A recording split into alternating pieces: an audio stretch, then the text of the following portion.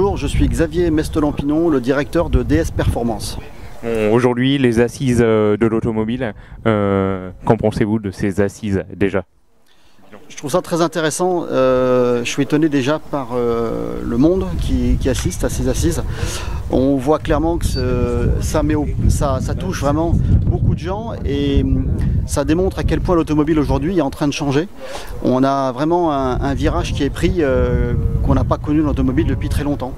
Donc ce sont des problématiques qui touchent chaque citoyen. Ça touche bien sûr ensuite par effet de bord bien sûr le sport automobile. L'avenir passe par l'électrique.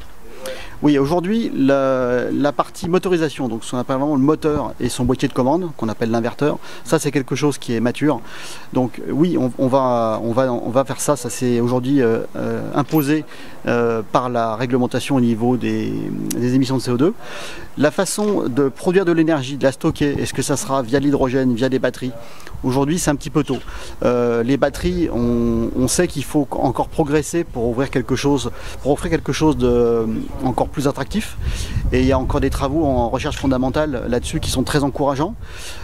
Dans 10 ans, où on sera le match entre les batteries, l'hydrogène, je pense que personne ne peut le dire, mais en tout cas les véhicules seront électrifiés, ça c'est sûr, et la partie moteur inverteur, ça c'est viable, que ce soit un véhicule 100% électrique ou un véhicule hybride. En Formule 1 électrique, elles sont plus performantes les Formule 1 électriques qu'une F1. Vous pouvez nous expliquer pourquoi? Alors on n'est quand même pas plus performant en termes de puissance, c'est pas tout à fait les mêmes cahiers des charges, c'est-à-dire que nous on est en ville. Donc comme on est en ville, ce sont des petits circuits avec des petites lignes droites. Donc on ne cherche pas la vitesse maximum, on cherche les accélérations. On est sur des circuits également qui sont des routes classiques, donc avec un mauvais revêtement. On a parfois des voitures qui sautent, comme à Santiago. Donc c'est un petit peu différent.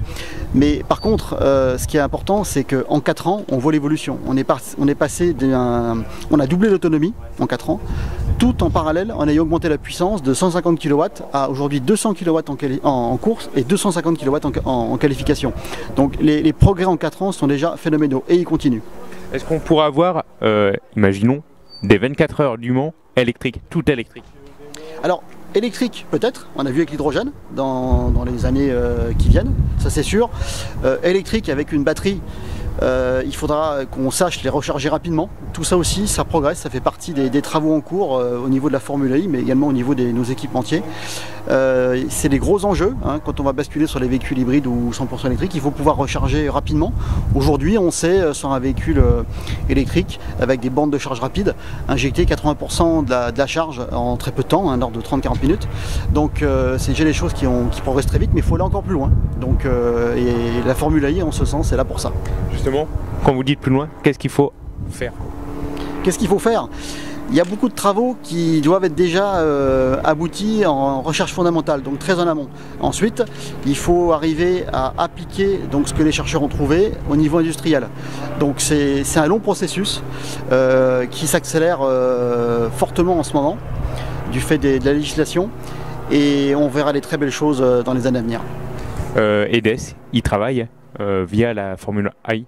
Oui, nous, c'est clairement la raison d'être de notre engagement en Formule I. DS Automobile, dès cette année, donc, propose maintenant 100% des modèles que nous allons sortir en version électrifiée, que ce soit hybride ou 100% électrique. C'est vraiment un engagement et c'est quelque chose de fort. Nous, la Formule I nous permet donc d'accélérer la R&D, d'aller plus vite, de proposer plus rapidement des véhicules très performants à nos clients. Mais c'est également pour nous l'électrification quelque chose qui apporte un plaisir. C'est un plaisir parce que les voitures sont silencieuses, confortables, il n'y a pas de vibration, ça apporte du couple. Donc c'est vraiment quelque chose d'important pour nous. L'électrification de la marque, c'est issu d'une contrainte, mais nous avant tout c'est un plaisir. Hein, donc les 95 grammes qui nous sont imposés dès l'année prochaine, pour le constructeur, nous, DS Automobile, rebondit en disant nous on va se servir de ça pour proposer des véhicules encore plus attractifs pour nos clients.